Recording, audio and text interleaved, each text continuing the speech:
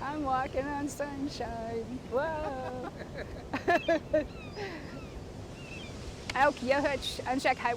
My name is Fawn Sharp. I serve as Vice President of the Quinault Indian Nation and President of the National Congress of American Indians.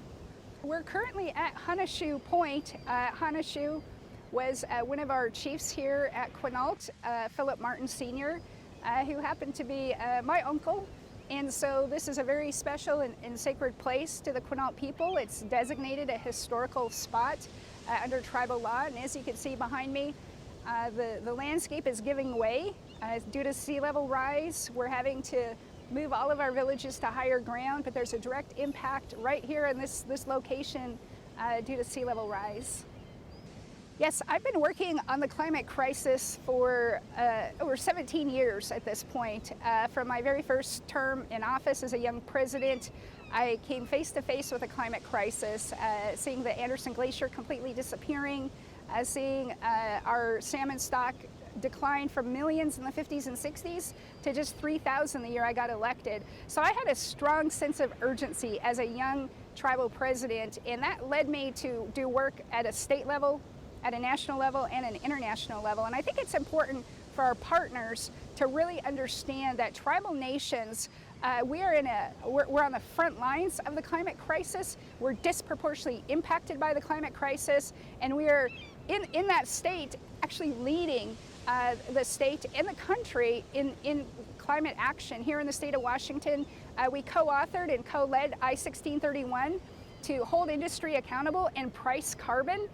The fossil fuel industry spent $33 million of out-of-state oil interests to kill our campaign, to kill our vision for holding industry accountable and securing the resources necessary. We came back and passed the Climate Commitment Act, which created dedicated funding for tribal nations.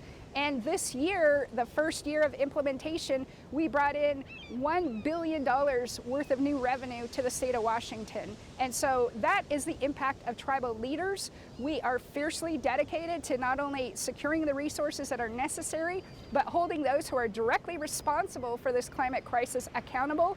And the projects that we have to move our villages to higher ground are now going to be paid for by industry because we held them accountable.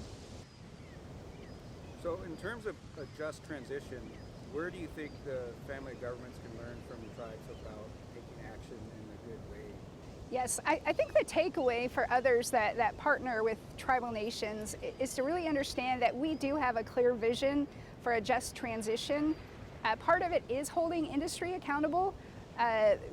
We have a lot of work to do on the horizon, and the public treasury simply isn't enough to do the work that is necessary. The public treasury is paying for the symptoms of climate change, the hurricanes, the tornadoes, the mega fires.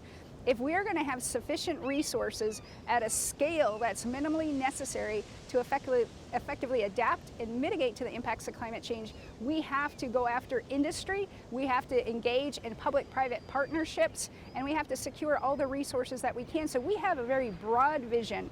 Our vision isn't limited by whatever resources we have available in the public treasury. Our vision is broad as our generations can see, our generations from the past and our generations into the future. And so that's the lesson that tribal leaders bring to the table.